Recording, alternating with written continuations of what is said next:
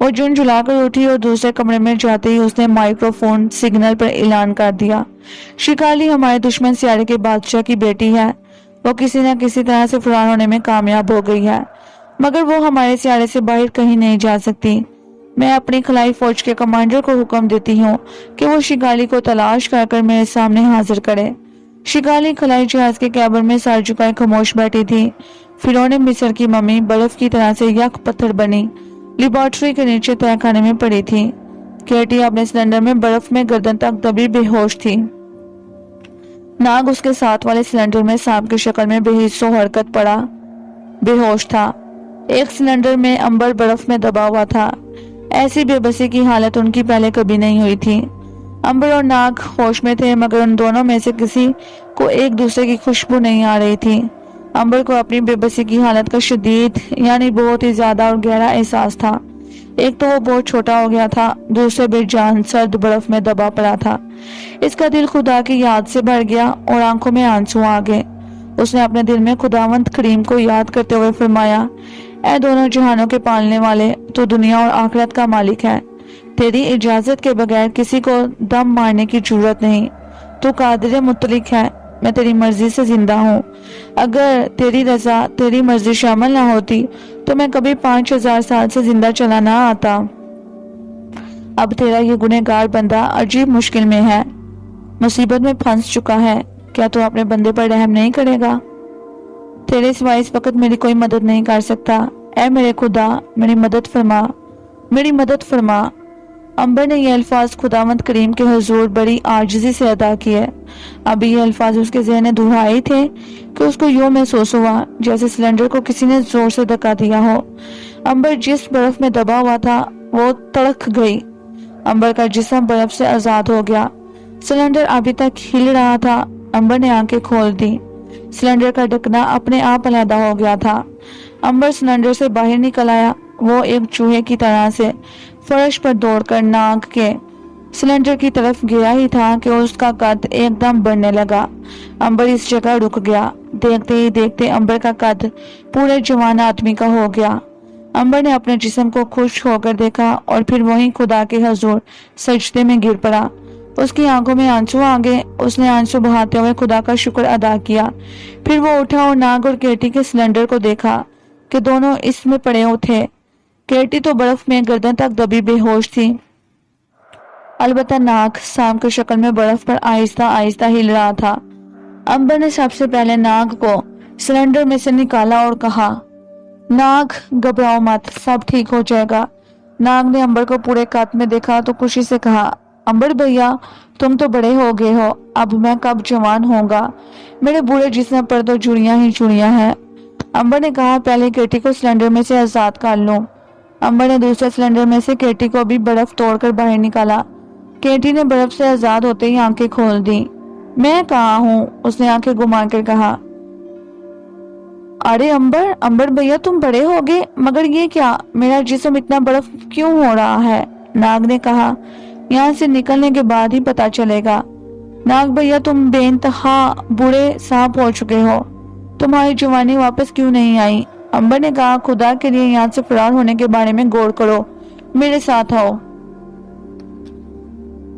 Katy نے کمرے میں چاروں طرف دیکھا اور کہا، میرے خدا یہ برف والے سلنڈر کہاں سے آ گئے؟ ہم یہاں کیسے پہنچ گئے ناگ بھیا؟ ناگ بوڑھے سانپ کی شکل میں ہی تھا۔ امبر نے سر اٹھا کر اپنی گردن کے گرد لپیٹ لیا اور کہا، خدا نے ہماری مدد کی ہے، خدا نے میری فریاد سن لی ہے۔ اگر وہ میری مدد نہ کرتا تو ہمارا حشر خدا جانے کیا ہوتا۔ کیٹی نے چاروں طرف نگاہیں دہراتے ہوئے کہا کہ یہاں سے باہر نکلنے کا کون سا راستہ ہے؟ امبر نے دیوار میں ایک جگہ بنے ہوئے دروازے کے نشان کی طرف دیکھ کر اشارہ کیا اور کہا، اس کے سوا اور کوئی راستہ نہیں ہو سکتا کیٹی، کہ تم میرے پیچھے رہنا۔ ہو سکتا ہے اس خلائی مخلوق کے خلائی پستول کی شعاع تم کو ہلاک کر ڈالے۔ کیٹی امبر کے پیچھے ہو گئی۔ امبر نے دیوار کے قریب پہنچ کر دروازے کے نشان کی جگہ فولاد کی مضبوط چادر پر دونوں ہاتھوں کا زور سے دباؤ ڈالا۔ ایک گڑگڑاہٹ کے ساتھ دروازہ کھل کر دوسری طرف گھوم گیا۔ ان کے سامنے ایک نیم روشن راہداری تھی۔ یہ لیبارٹری کی راہداری تھی۔ وہ تیز تیز قدم اٹھاتے راہداری میں لیبارٹری کے آگے سے گزرے تو انہیں اندر کسی مشین کے چلنے کی آواز سنائی دی۔ یہ وہی لیبارٹری تھی جس کے تہہ خانے میں فرعون مصر کی ممی برف کی طرح سے یک بستہ ہو کر فرش پر پڑی تھی۔ انہیں کچھ معلوم نہیں تھا کہ باہر جانے کا راستہ کدھر ہے۔ آگے راہداری بند ہو گئی تو امبر نے کیٹی کو اپنے پیچھے ایک طرف کھڑے ہونے کا اشارہ کیا اور خود کان لگا کر سننے لگا۔ لیبارٹری کی طرف سے اسے کسی کے قدموں کی چاپ سنائی دے رہی تھی۔ وہ خود بھی راہداری کی دیوار کے ساتھ ایک جگہ اندھیرے میں لگ کر کھڑا ہو گیا۔ لیبارٹری کی طرف سے ایک خلائی گارڈ جس کے ہاتھ میں خلائی گن تھی چلا آ رہا تھا۔ جب یہ خلائی گارڈ امبر کے قریب سے گزرا تو امبر نے اس کی گردن پر آہستہ سے ہاتھ مارا۔ خلائی گارڈ کو یوں لگا جیسے کسی نے اس کی گردن پر ہتھوڑا مار دیا ہے۔ امبر کی اصل طاقت واپس آ چکی تھی۔ خلائی گارڈ کے ہاتھ سے خلائی گن گر پڑی۔ امبر نے گن اٹھا کر خلائی گارڈ کی کھوپڑی سے لگا دی اور اس کی زبان میں اس سے کہا، زندگی چاہتے ہو تو ہمیں باہر کا راستہ دکھاؤ۔ اگر تم نے آواز نکالی تو اسی جگہ جل کر راکھ ہو جاؤ گے۔ امبر نے خلائی گن کی نوک اس کی کھوپڑی میں ذرا سی چبو دی۔